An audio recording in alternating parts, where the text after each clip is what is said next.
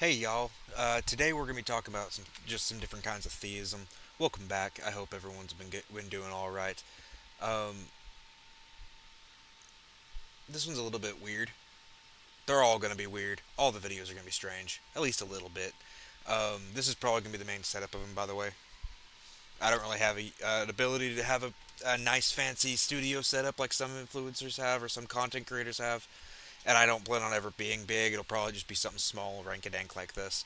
Uh, but anyways, so I am going to be primarily focusing on polytheism. That's the stance I take. However, I will touch on monotheism, atheism, henotheism, and agnosticism. Um, I'll spend a little bit more time on polytheism because it can be broken down a little bit more. Uh, so let's start with the basic definition.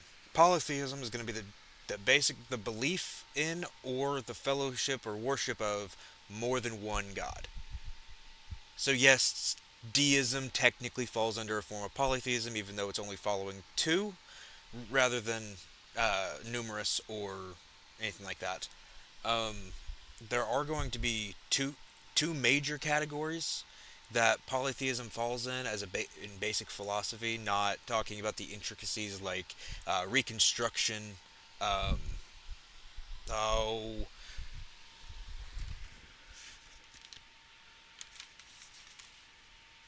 yeah, reconstruction, eclectic, uh, multi-traditional or syncretic. Those are all subcategories within polytheism, which we can touch on at a different time. I'm sure most of you guys actually already know and understand what those are. So I really want to touch on hard polytheism versus soft polytheism and the middle ground there, because it's not just those two. So let's start with hard polytheism. All right. Hard polytheism is the basic belief that every god and deity described throughout history and throughout myth is going to be its own individual, unique deity on its own, not related to any other ones. Like uh, somebody in a solid hard polytheist perspective would go as far as to say that Zeus and Jupiter aren't related at all. They may have similar domains, but they aren't related at all. The same similar type of person would also say things like Odin and Woden are not the same entity. Although they may have been followed by similar people, they may have had similar teachings. They wouldn't be the same thing, same entity according to the extreme perspective of hard polytheism. While the soft polytheism kind of walks the border edge between polytheism and atheopaganism, where the gods are seen as more of an interpretation of the one, two, or maybe even three gods. Depending, it kind of depends on the polytheist when it comes to that. Some of them believe that all the gods are different faces used by the Great Spirit. Uh, some may say that all gods are some form of interpretation of the divine feminine and or the divine masculine. I don't hold to either one of those. I kind of stick in the middle ground there, as I feel like most people would. I feel like most people could agree that probably most of the Greco-Roman gods were the same, like the same deities, with a handful of outliers, of course. There's some that doesn't exactly fit. Odin and Woden, like I mentioned earlier, are most likely the same god, using different names. I mean, Odin's the god. The god is a god with more names than there are stars in the sky. Like he's been referred to under so many different names, it's not even funny. Uh, so with those three mainly out of the way, let's monotheism. Everyone knows what monotheism is. The primary main religions, the Abrahamic faiths, they're monotheists. Um, when it comes to them, they believe in one and one God only. I don't understand that mindset. I have a hard time wrapping my head around monotheism, to be completely honest. So I'm not gonna sit here and try to pretend to be able to explain it. Uh, so I'll The reason why I side with with polytheism over monotheism it boils down to a quite simple scenario. Uh, Occam's razor, the philosophical equation, essentially. I know few people would call it something like that. That's what I'm going to call it. Is a philosophical equation. Uh, it mentions that the simplest of answers in a given situation is probably going to be the best answer. It's most likely going to be the truth. My favorite analogy for that actually was brought up by Ocean Geltoy in his video on it, where he described a situation where you're walking down the street in your city square and you hear what sounds like horse clopping behind you, horse hooves on the pavement. What do you think the most likely outcome would be? Well, according to Occam's razor, it would probably be a horse walking down the road. There's possibilities of it not being that. It could be a zebra that escaped from the city zoo.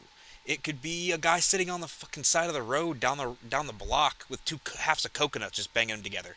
It it could be other things, but it's most likely not.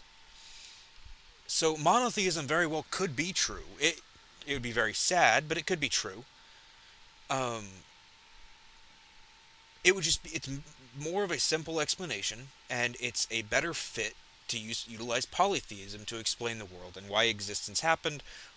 It, you don't even have to worry about a lot of the other philosophical conundrums that come with monotheism, for example. You'll hear a lot of people when debating Christians bring up the problem of evil. Well, the problem of evil doesn't have any hold in polytheism, like at all. It, I mean, yeah, cruelty and what most people would call evil exists. That's just kind of the way of things. Uh, the Tao Te Ching puts it really well, where the Tao flows, things just kind of happen. It's not set in events. It's not set in concrete. And the Tao flows as it flows. There's no other way around it. That's just kind of how it goes. No one deity, no one god is responsible for there being corruption or evil or cruelty in the world. No god is solely responsible for that. In fact, the majority of it would be our fault as humans. However, there are circumstances that are just sad. They don't happen, like a fawn dying in a forest fire. There's no good that comes out of it. So there's a problem there, but the problem isn't a philosophical one that relates to polytheism, as it is a philosophical conundrum for monotheists because they believe in one all-powerful deity. I don't know of any monotheist or polytheistic deities that would be seen as all-powerful, all-knowing, omnibenevolent. They don't make sense and they don't fit in polytheistic frameworks. Therefore, you lose a lot of those conundrums that a lot of monotheists have. Uh, Plus, the majority of philosophy from the ancient world that's still used today and used even by Christians and by Muslims, the majority of those philosophical frameworks came out of a polytheistic setting, whether it be Socrates, Plato, Diogenes, fucking Alexander the Great. I know he's not really a philosopher, but a lot of people quote him. Marcus Aurelius. They were all polytheists. All of them. Sure, there's a few that aren't. There's a handful of Aramaic and Arabic uh, philosophers that very much so weren't polytheistic. They were Islamic, which we'll tackle issues with specific faiths like that in another video. Probably, I would like to do a video coming soon about authoritarian faiths, how to avoid them, how to deal with them, and so on. And I'll probably discuss some situations with Islam in that video. But I'm not really gonna mess with it right now because right now we're just gonna be talking about basic theisms, um, the isms, if you will. Uh, but with that being said, with a lot of the ancient philosophers and a lot of the philosophical frameworks that we use nowadays having been based in polytheism to begin with, then it really causes an issue there on why so many monotheists use them as support or supportive evidence for their beliefs, when in reality, the majority, if not all, monotheist faiths could very well work just as good, if not better, in a polytheistic framework. It throws out a lot of the issues. You would have to critique and change, and not change, but modify a few things to make a little bit more sense. But not like any other faith hasn't had to modernize how they see their practice, how they view their myths, how they uh, even how much salt they have to read, they have to take with each read they use when it comes to their research. All of us know that paganism of any flavor is a fucking religion with homework. You spend more time looking up information and fact checking shit than you do actually practicing. Uh, Sometimes it's fun, sometimes it just makes you want to fucking scream. Uh, but with that being said, I also want to touch on atheism and agnosticism. Usually, they can atheists and agnostics can be spoken to the similar way when it comes to being from the perspective of a polytheist. Uh, Primarily due to pluralism. Pluralism was I'll make a video on that later, but pluralism is a framework that was put forth by an atheist. I will have to get that information pulled back up. I don't have it sitting in front of me. I'll have it for you guys in the video on pluralism because that's one that I'm definitely doing. I already have all the paperwork ready, stretched out and ready for the research. Uh, but with pluralism, atheists, agnostics, polytheists, we can all work together really, really easily. And I'd like to see more of that. And I'd love to speak to some atheists about that and get their opinions on it and get their thought processes on it. Um, but my main reason, as a personal standpoint, on why I won't go down the atheist or agnostic line is another one that's quite simple. Uh, for one, atheists simply lack a belief in the divine most of the time, different to agnostics, who, even if they may believe that some form of divinity exists, they don't personally see a reason or have a reason to follow it, which is respectable. I mean, the godless have been around for all time, and they're not going away, just like us theists aren't going away. So we need to learn how to live with each other. We used to be able to live with each other back in the ancient days. There were godless Vikings, for fuck's sake. Um, but my personal issue with it is that we as humans are completely blind, deaf, and senseless in all other forms to the majority of stuff that goes on around us. I mean, we can only see a very small fraction of the light spectrum. We can only hear a very small fraction of the sound wave spectrum. We have feelings. We can all sense things, especially when things may not go right around us or something may be weird or off around us. And that's us sensing things outside of the specific reality that most of us have accepted as reality, the empirical side, if you will. Empirics are an extremely useful tool, and they are seen as the primary tool or the only tool by atheists. Empiricalism is a nice tool, it's a useful tool. It is not an end all be all. For you can only measure things empirically if they are physical. If they are in the physical world, they can be studied empirically. However, if they are not physically proven or able to be physically proven, then it's incredibly difficult, if not impossible, to utilize empirical information to support or to prove or disprove either way when it comes to a metaphysical standpoint. Uh, they should be used in tandem. That's all the real stuff I have for the theists. Actually, you know what? Scratch that.